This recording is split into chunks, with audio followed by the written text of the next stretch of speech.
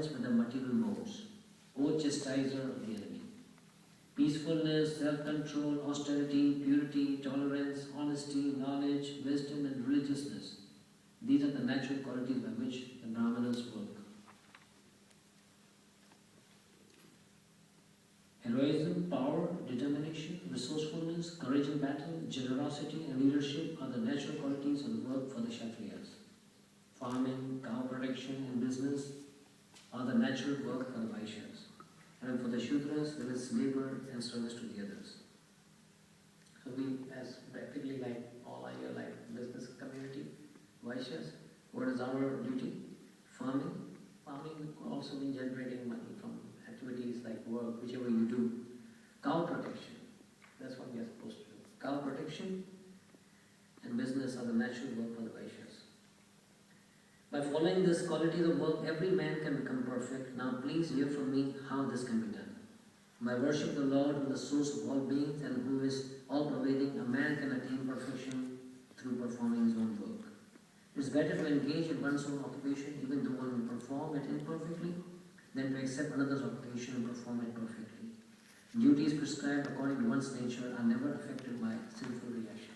This similar to the verse we read earlier also, I think you came across this verse.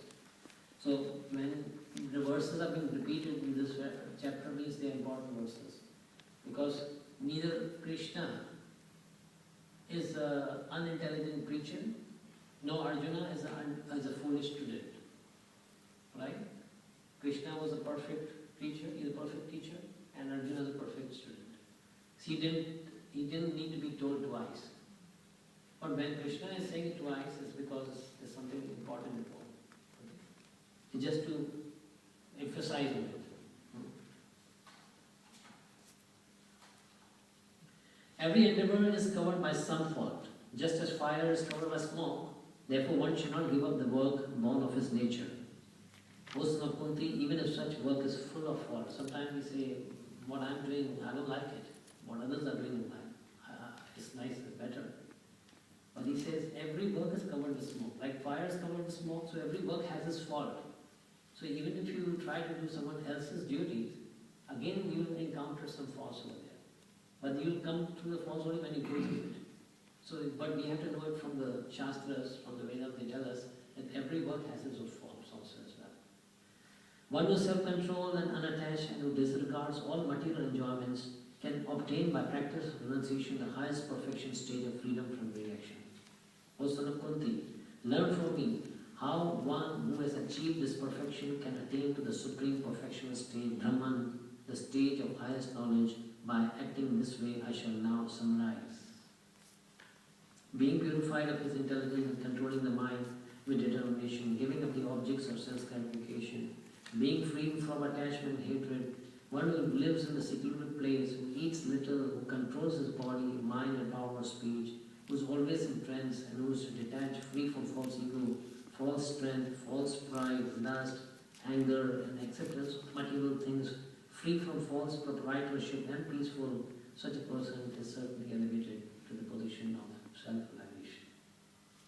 Difficult. That means if we have to come to the self-realization to do all these things, I think 99% of these things we don't have them at all right now.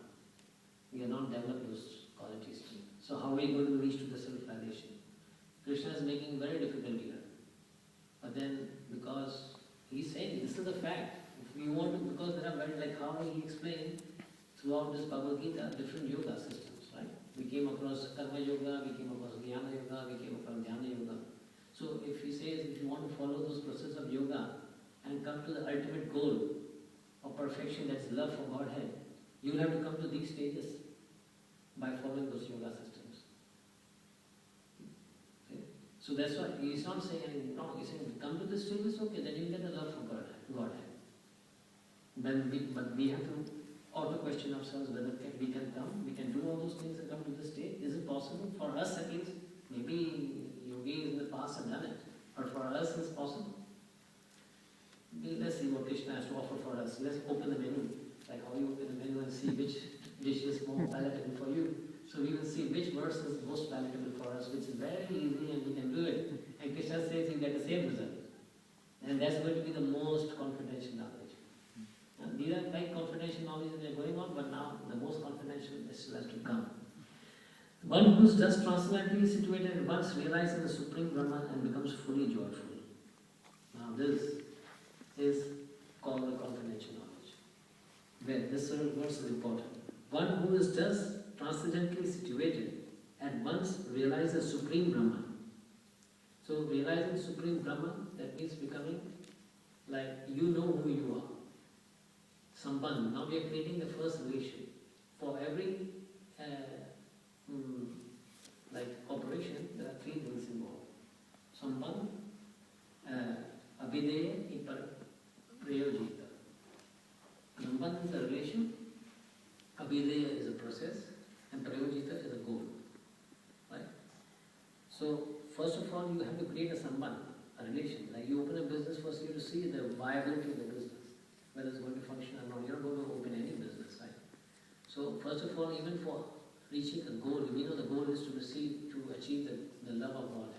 So we have to know the sambandh. Who are we and who is God? That sambandh we have to know. Then abhideya, then what is the process? What is the process to reach to that Godhead? Right? So first now here, he's coming to the point of that who am I? So he says, one who is just transcendently situated, when he reaches to that point, like we spoke before, he realizes the Supreme Brahman.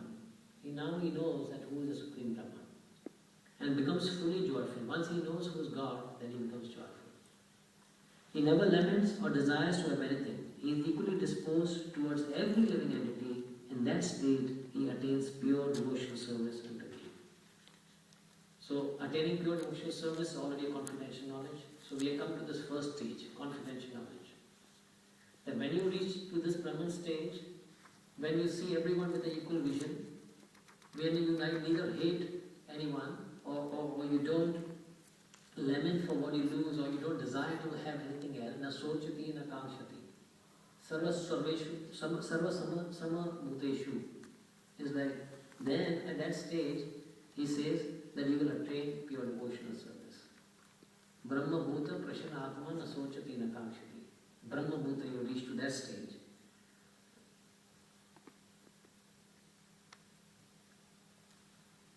Then he says, one can understand me.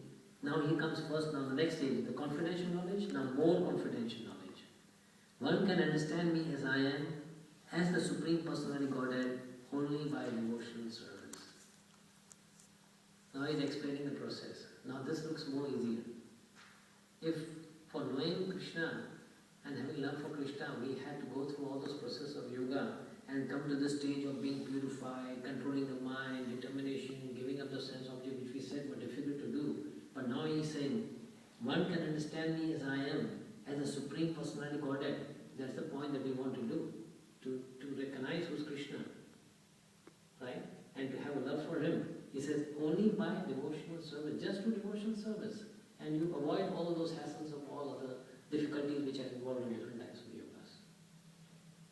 And when one is in full consciousness of me by such devotion, he can enter into the kingdom of God. It's an easy entrance, very easy entrance we have got. What happens to these devotees? Though engaged in all kinds of activities, my pure devotees under my protection reaches the eternal and imperishable abode by my grace. Apparently they are doing all kinds of activities. But he says, because they are my devotees and they are doing it all for me, they have my guarantee, they have my protection, that they will reach the eternal and imperishable abode by my grace, he says. And in all activities, just depend upon me and work under my protection. In such devotional service, be fully conscious of me. See, he's making it now more and more simple. From this verse onward, we saw the 54 verses onward. He's making the process very simple for us. All the verses previously which were being explained, they were quite complicated for a normal person to undergo and to have a success in that process. But now he's making it simpler and simpler. If you become conscious of me, you will pass over all the obstacles of conditioned life by my grace. If, however, you do not work in such consciousness, but act through false ego, not hearing me, you will be lost. If you do not act according to my direction and do